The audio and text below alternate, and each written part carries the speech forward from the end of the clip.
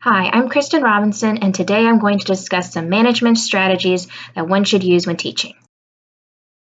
To begin with, one needs to know how to monitor student behavior and progress.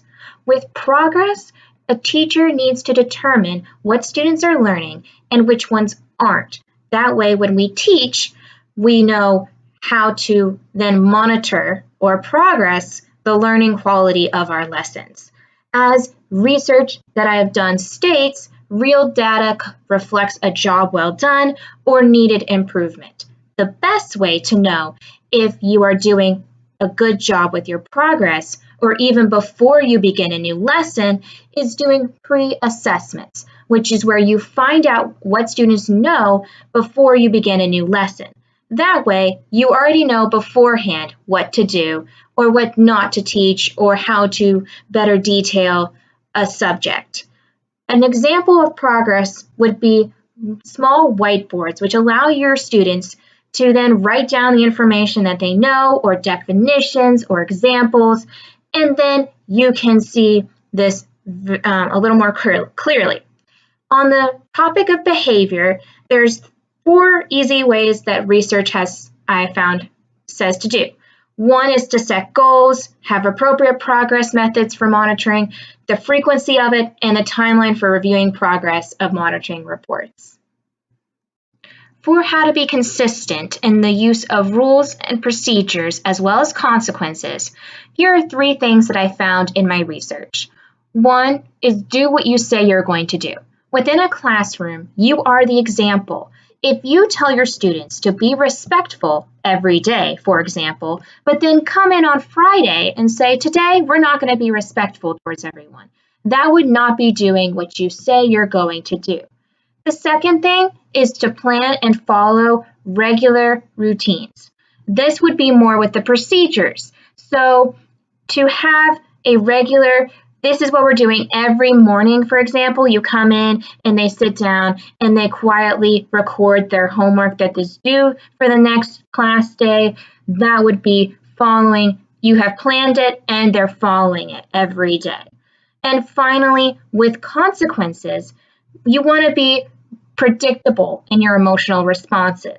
You don't want to be one day somebody decides that they're going to talk out in class, but you then get way over exaggerating and you get very emotional towards it. You want your students to know if they're going to speak out or do something that is not what you want them to do, that you're going to respond in the same way each time, no matter what happens. How to manage inappropriate behavior promptly, what the research I have found gave at least 6 key ways to manage this inappropriate behavior. One was get to the root of the matter. For example, if a child is speaking up in class without having been called upon, maybe they're seeking attention from you, for example. Number 2 is reaching out to colleagues for support.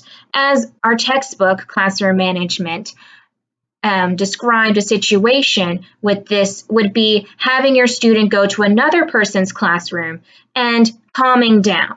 This colleague would know what to do and they would follow your plan, as well as the student would know what to do within that classroom for calming down reasons. Number 3 is remembering to remain calm. In a situation where you are having students, let's say as in this picture, passing notes, maybe responding to it casually, not making a scene about it, would be a better way to manage inappropriate behavior. Number 4 is, again, like the procedures, having a plan and sticking to it, being predictable with your students. Number 5 would be involving administration when necessary. For example, if things are getting way out of hand or it becomes violent, you might need to involve some administration if at all possible. Finally, number 6, document, document, document. It is very important, no matter where you're teaching, be it public school or private school, or even college, to document how you managed inappropriate behavior. You want to note what you did to resolve this issue, who you involved, what you talked to the student about. That way you have a record of this is what I did and here's how we solved it. Finally, for the last one is how to manage a positive climate in your classroom. It is very important that, as I've stated here from the research I've done, positive classrooms are marked by a responsive teacher who manages behavior and intention, as well as the social and emotional needs of the individual students. This is a lot of information in this paragraph, but basically what they're saying is a positive classroom or even a positive teacher of how to maintain this is teachers who know the behavior of their students, know how to manage that properly, as we've already discussed, as well as what the social and emotional needs of each child is in your classroom. Now, you're not going to know everyone's emotional needs. However, it is best to know for your own purposes, probably the developmental levels of each child in your classroom. And I love how the research I did from a blog post said behavior approving ways to maintain this positive atmosphere would be, I like the way you are sitting, or you are working really carefully.